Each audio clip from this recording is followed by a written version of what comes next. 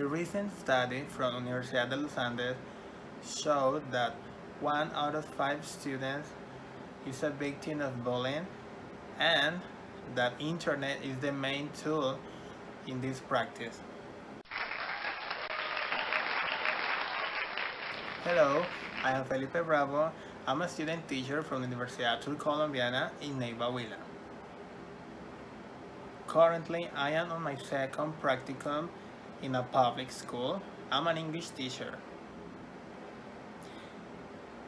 In the first 2 weeks of the observation that I made, I noticed that the students are always all the time on their phones. They're always WhatsApping, Facebooking, sending messages, and I thought, do they know the risks of spending all the time on their phones? Even though the school has a policy of no phones in the classroom, outside of the classroom, then I thought, why this wouldn't be my innovation plan? Internet technology is the problem, so technology is the answer of this problem. I decided to make 8 interventions in my innovation plans. Wow! Number 1 was a workshop about cyberbullying. Number 2, 3, and 4 was working on an application that I created with the help of a software engineer. Number 5 was another workshop about grooming. And number 6, 7, and 8 was working in the application. The application is called Happen to Me.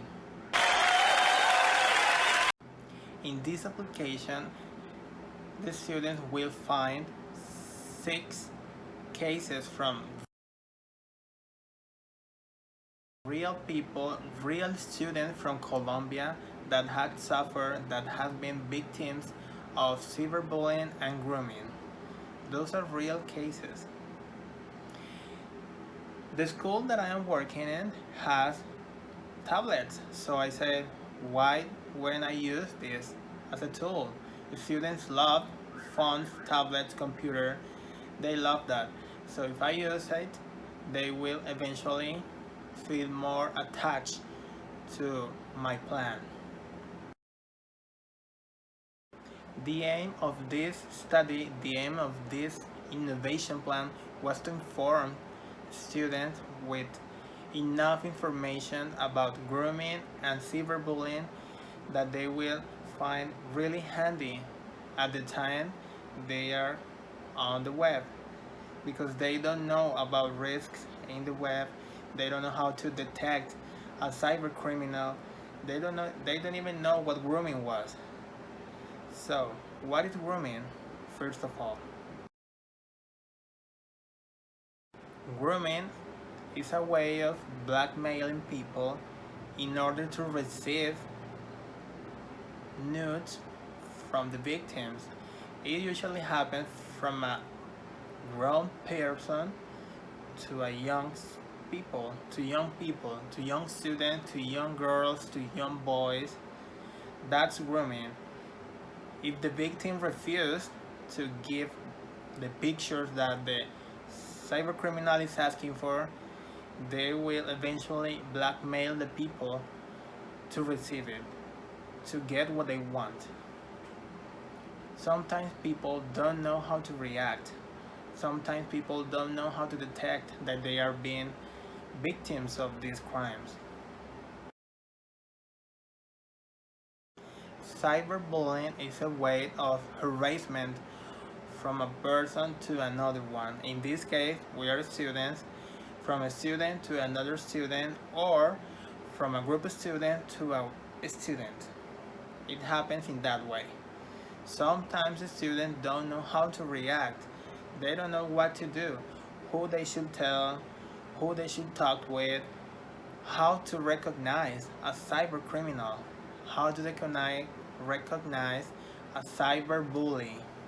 So, on the first intervention, the students had a workshop where I taught them a lot of information related to cyberbullying, how to detect, how to react, who they should talk with in the case of being a victim. They also played with a Kahoot game, which they loved them. And in the Kahoot game, I noticed that they acquired the information because all the questions that I made, they easily answered. In the Innovation 2, 3, and 4, the students worked with 3 cases from Colombian students that had suffered cyberbullying. The students work in groups of 5, 6 people where they, as a group, come up with suggestions, solutions, and try to solve the problems, the issues that they faced in those cases. Those cases weren't long, just were short because the student would eventually get tired of reading a lot. So they just read like a tweet or a Facebook post that was short with simple language. In that way, it was easy for them to understand and easy for them to answer. They did pretty well. In all the 3 cases, they gave good solutions, they gave good answers and good ways of solving those problems. The 5th intervention time, they had a workshop again with information how to recognize, how to deal, and who they talk to, who they should talk to in the case that they have been victims of a grooming criminal. They acquired the information, they learned it, and I played a Kahoot game again, and they answered in the right way according to the information that I presented to them. In the next 3 interventions, they read the cases in the applications. They were this short and they answered pretty well with good suggestions, good solutions, and perfect ways of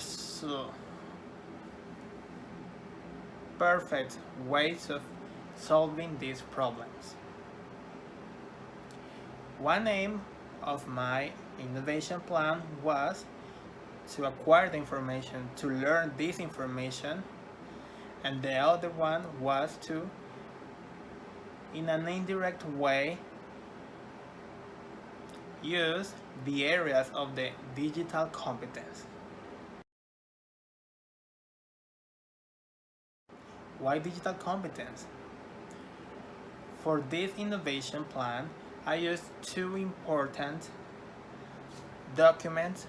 One was called Guía para el Buen Uso de las TIC, and the other one was the DigComp 2.0. Number 1 was El Uso Educativo de las TIC. That is a document created from the Ministry of Education of Spain. It's filled with a lot of information for teachers, for students, and for parents of how to deal with the new world that we are living. The world full of technology issues, technology problems, technology crimes. Number 2 field was the DigComp 2.0. This is a document that is always evolving, where they have these 5 areas of digital competence that are: number 1, information and data literacy; number 2, communication and collaboration; number 3, digital content creation; number 4, safety; number 5, problem solving. In an indirect way, the students used these areas in my innovation plans. They didn't know, but I knew. Number 1, information and data literacy. In this area, the students acquired the information, they learned the information about these cyber crimes. Number 2, communication literacy and collaboration. In this area, the students as a group work together. they come up with answers to the cases that they were reading. Number 3, digital content creation. Digital content creation was the last part of the innovation plan. The students by themselves created an infographic with information about cybercrime, and they posted eventually in their Facebook pages, in the WhatsApp, and in the school hall. It was really amazing for them to come up with this infographic because they were letting know the students, the rest of the school, about these important topics.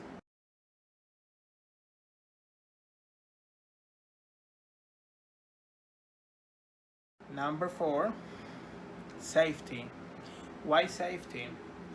Because at the same time they were acquiring and learning this information, they knew how to react in these cases. They knew how to protect themselves if they were facing these crimes. Number 5,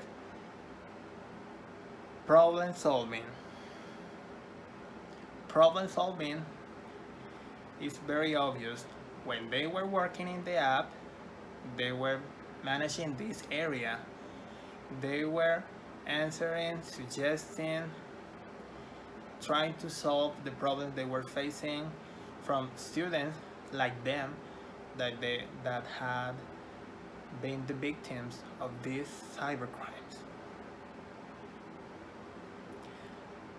So at the end of the innovation plan, I was really happy that they worked together, they acquired the information, and they worked collaborative way. Thank you so much. My name is Felipe Bravo, and have a nice day.